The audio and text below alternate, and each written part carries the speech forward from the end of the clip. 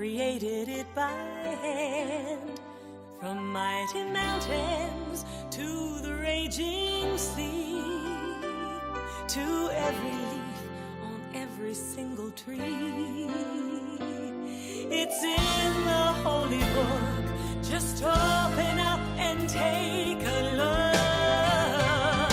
It's a story for young and old, the greatest story ever told. So lend an ear and you will hear the greatest story.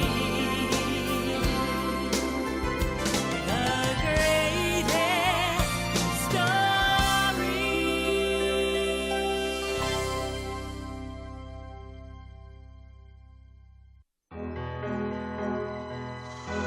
Once there was a man named Jacob who lived in the land of Canaan with his 12 sons. The oldest was Reuben, then Simeon, Levi, Judah, Issachar, Zebulun, Gad, Asher, Dan, and Naphtali.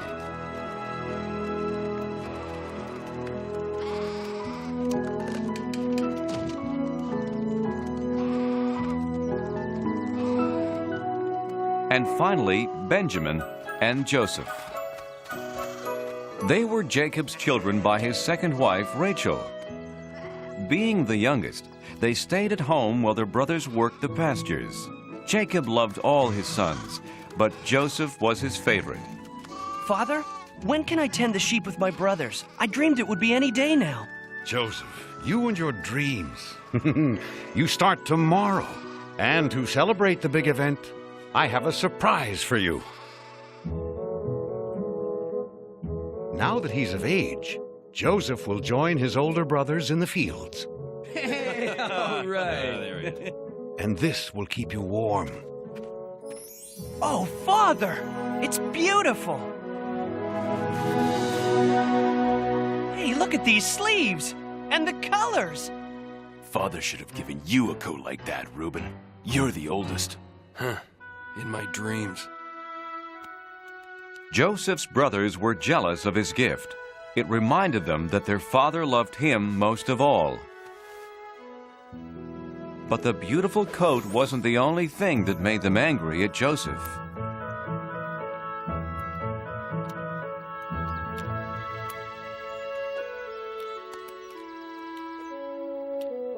Judah, Asher, Simeon.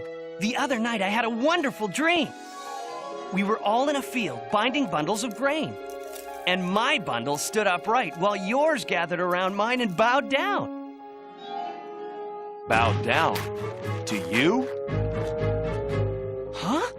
Father may worship you, but we don't. Hey, it was just a dream, Simeon. I'm going to bed.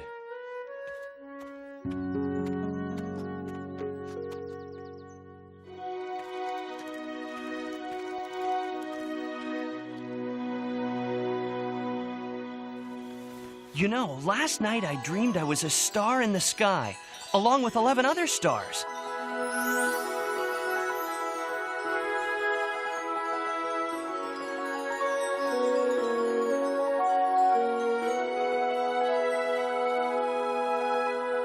The sun and the moon were there too.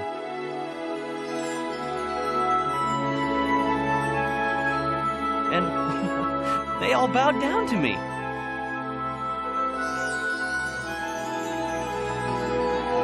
"11 stars? You mean 11 brothers. And we're supposed to bow to you? Who do you think you are? A king?" If we're the stars, who are the moon and sun? His mother and I. Joseph, you don't think your family should actually worship you? Father, it was just a Get to sleep. You and your brothers leave early in the morning. If you sleep late, they won't wait for you. Father's got that right. And I don't want to hear anything more about dreams.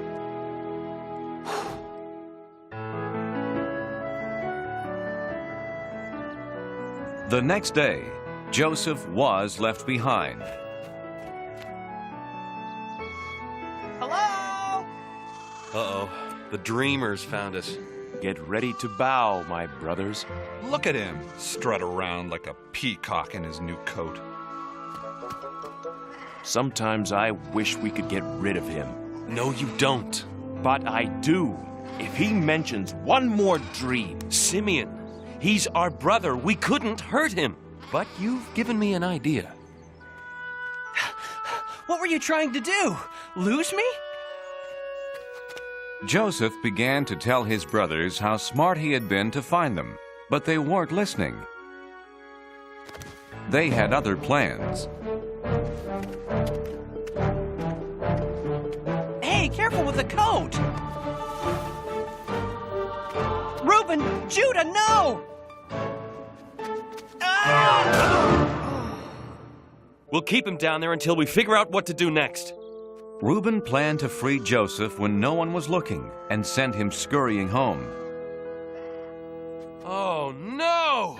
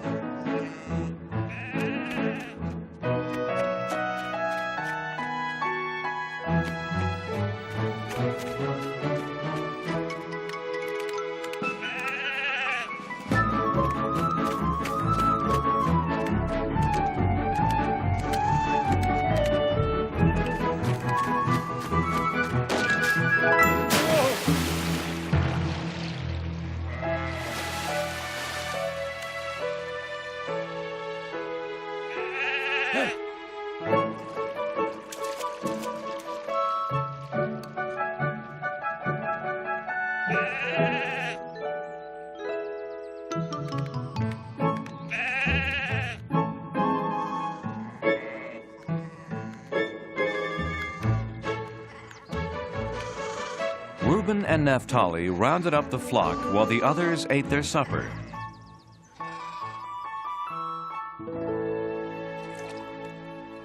While they ate, a caravan approached.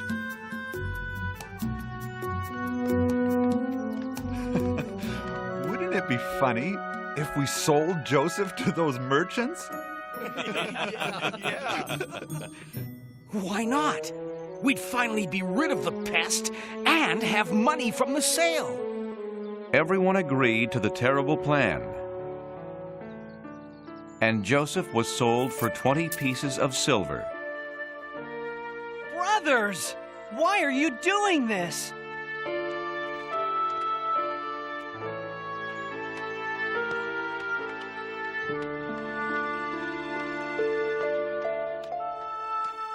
God, whatever happens to me, I still have my faith in you.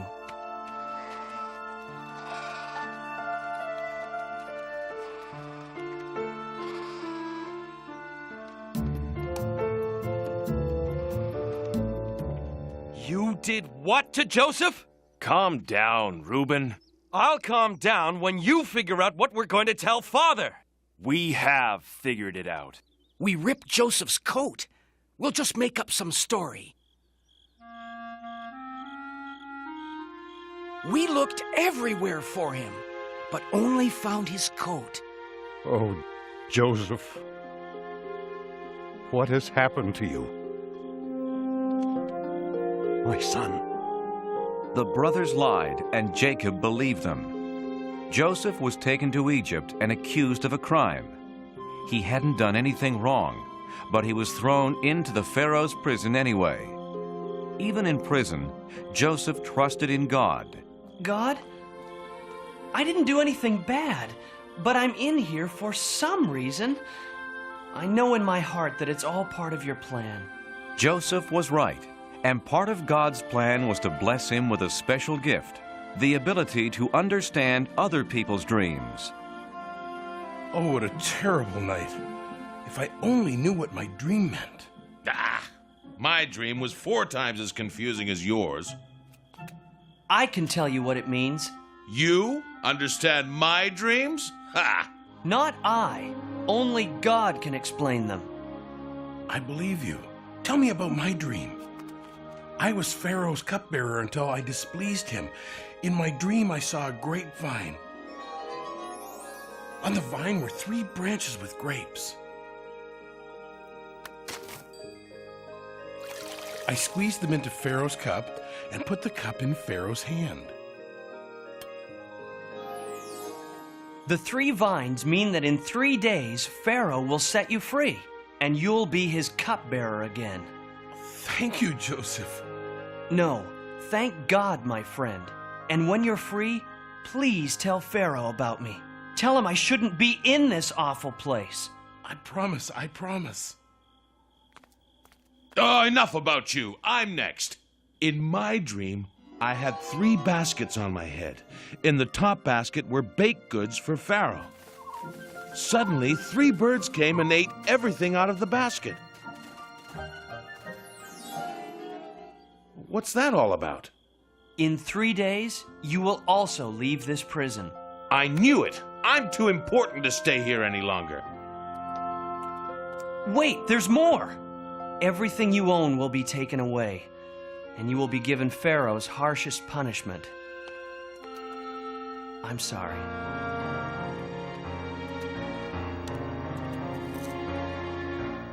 Everything Joseph said came true, but the cupbearer forgot to tell Pharaoh about him. Joseph stayed in prison for 2 long years. Then one day,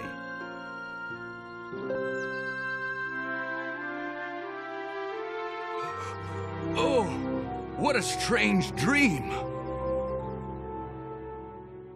Pharaoh met with the wisest men in his kingdom. Maybe they could understand his dream.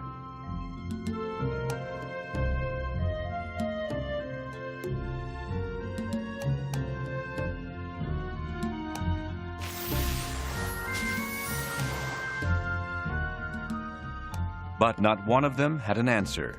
Then the cupbearer remembered his promise to Joseph. Oh, Pharaoh, there is a very wise man in your prison who might explain your dream.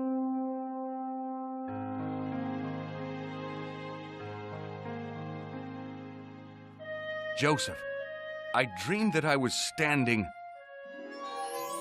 on the banks of the Nile when 7 fat cows came out of the water. Then 7 skinny cows came out of the river. And suddenly, the skinny cows ate the fat cows.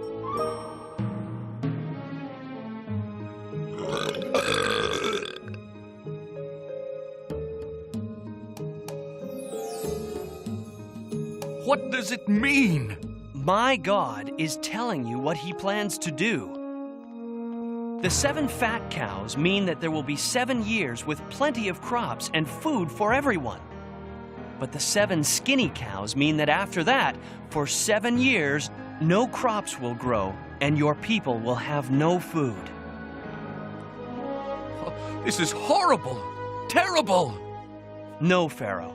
God has sent you this message so that you can prepare. Build barns to save some of the food that grows in the 7 years of plenty. Your people will have plenty to eat. It is true.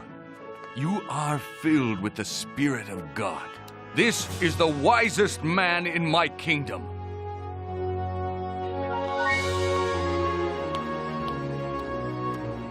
We'll build these barns and save our food. And there is only one man who I trust to do such an important job. This man, Joseph. Joseph went right to work.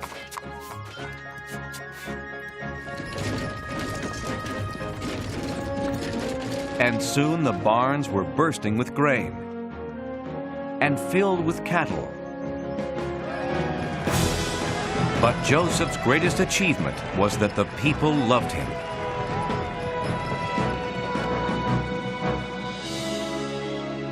God had helped Joseph do these wonderful things, and Joseph never forgot to thank him.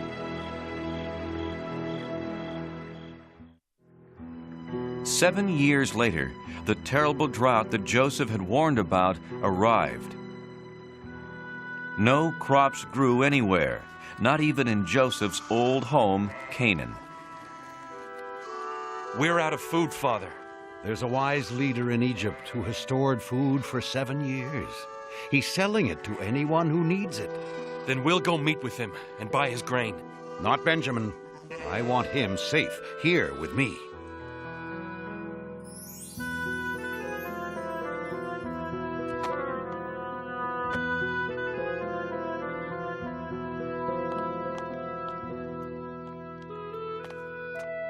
Joseph recognized his brothers. Bless you, great one.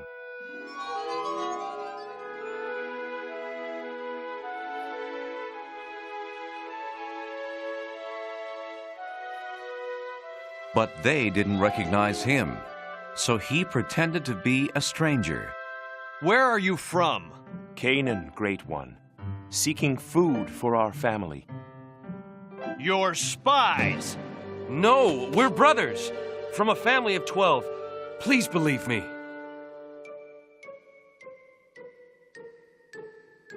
Liar! There are only 10 of you.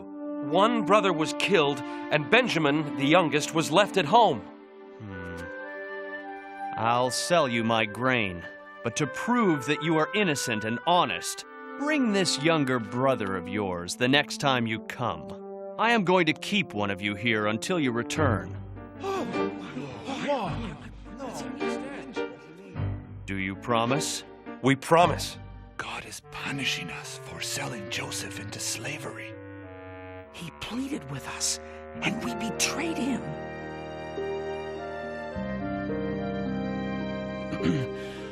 I have no more time for you.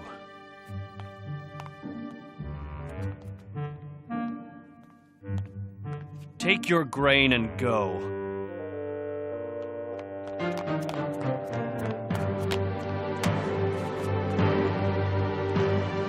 And remember your promise.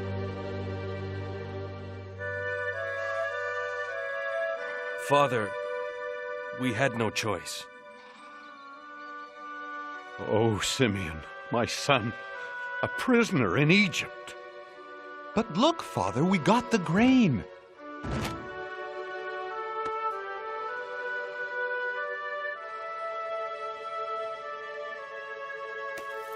Hey, my money's here in the sack.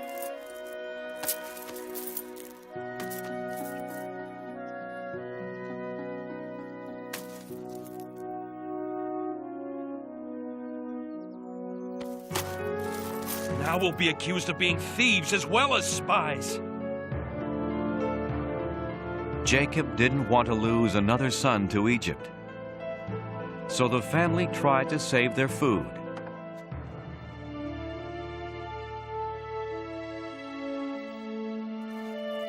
But soon, it was all gone. We're leaving for Egypt. And we must take Benjamin. No, he'll wind up in prison like Simeon. We promised, Father. If Benjamin doesn't come, Simeon will stay in prison. And the Egyptian ruler won't sell us his grain.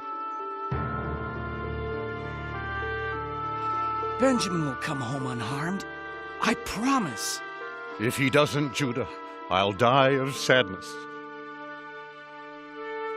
Is your father well? Yes, sir. Good.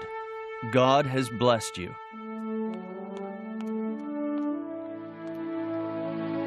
And you kept your promise, so I'll keep mine.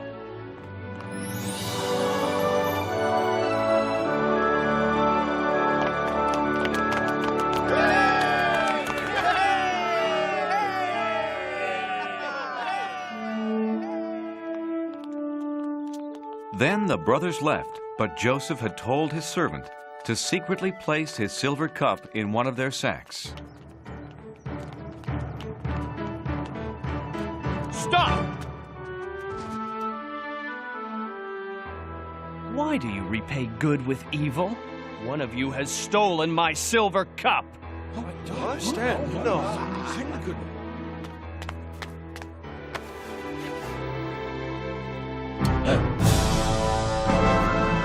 Thief! For this crime, you will remain here in Egypt as my slave.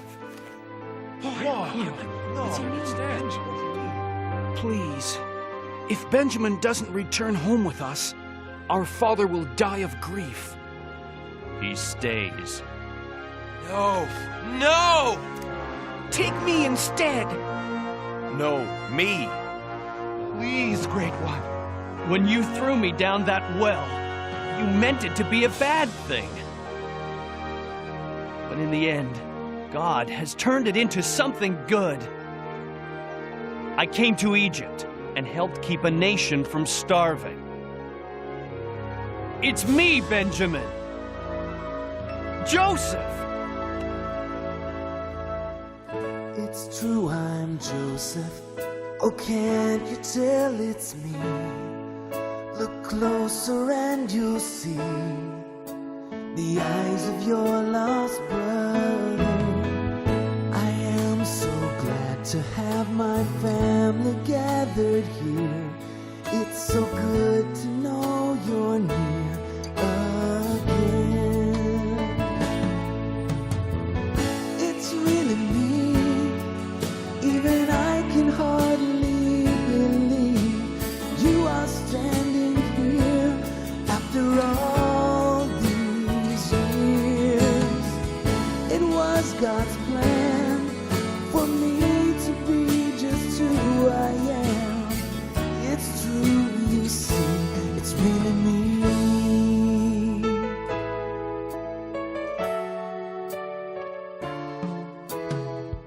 What's done is over. Oh, brothers, dry your tears. It was God who sent me here, and my heart holds no anger. What you meant for evil then, God has used for good. Who'd have thought he would choose me? It's really me, even I can hardly believe you are standing here after all these years. It was God's plan for me to be just who I am. It's true, you see, it's really me. It's really me. It's really me.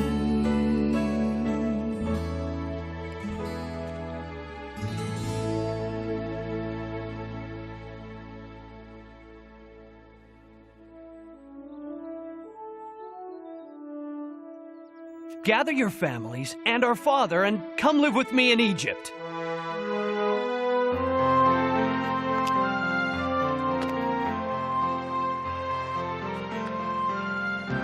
Joseph, God be praised. You're alive and well.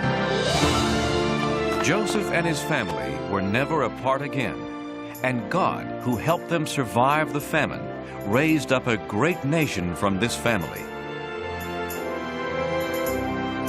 So Joseph learned that even when bad things happen, God can turn them into something good.